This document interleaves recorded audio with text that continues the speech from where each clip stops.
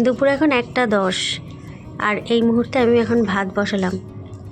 আর এদিকে নতুন আলুগুলোকে জলের মধ্যে ভিজিয়ে রেখেছিলাম, এখন সুন্দর করে হাত দিয়ে এইভাবে ডলে ডলে বালিগুলো ধুয়ে রোদে শুকাতে নিয়ে যাব। গতকাল মাটন রান্না করেছিলাম পুরোনো আলু দিয়ে, দেখছি অত্যধিক মিষ্টি লাগে খেতে, খুব একটা ভালো লাগে না এত মিষ্টি আলু। তাই জন্য বলেছিলাম যে একটু নতুন আলু নিয়ে আসতে।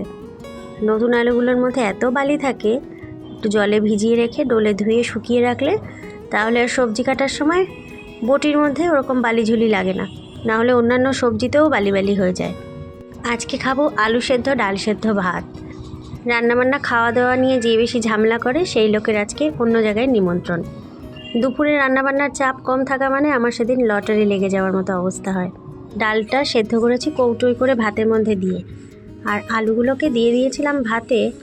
নতুন আলু তো একটু শক্ত শক্ত রয়েছে, হাতা দিয়ে ভালো করে এভাবে ভেঙে নিয়ে সুন্দর করে মাখবো। সর্ষের তেল কড়াইয়ের মধ্যে দিয়ে 2টো শুকনো লঙ্কা এরকম করে ভেজে নিয়েছি।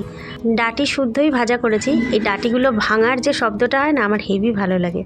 এমনকি এই শুকনো লঙ্কাগুলোকে মচমচ করে ভেঙে ভেঙে ভাতের সঙ্গে ডলে খেতে যা না ভালো লাগে, তার থেকে ওই ভাঙার আওয়াজটা আমার বেশি ভালো লাগে। লঙ্কা ভাজার তেলটা দিয়েই আলুটা মাখবো, আর কাঁচা সর্ষের তেল দিয়ে মাখবো ডালটাকে।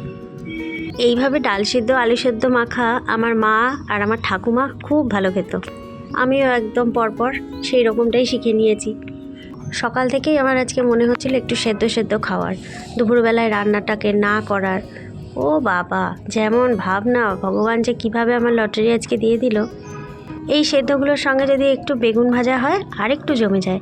আসল কথা, অর্ধেক বেগুন রয়েছে কাটা, সেটা আজকে যদি না রান্না করি শুকিয়ে যাবে, সেই জন্য সেটাকে কেটে এইভাবে নুন হলুদ আর একটু চিনি মাখিয়ে রেখে দিয়েছি।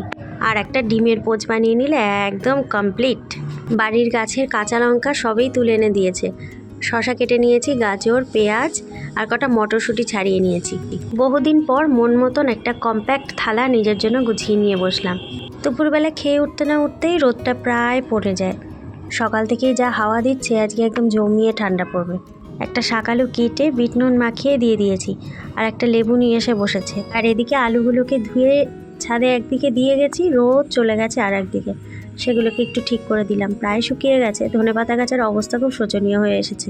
ছাদে একটাই চেয়ার আছে, ও যদি ওটায় বসে থাকে আমি বসবো কোথায়? নিজের বসার আগে ব্যবস্থাটা করে নিই, তারপর ওর কী দাবি রয়েছে সেটা শুনতে হবে। আজকে এতটাই ঠান্ডা, পিকুর মাথার থেকে টুপি মোটে খুলছেই না সারাদিন।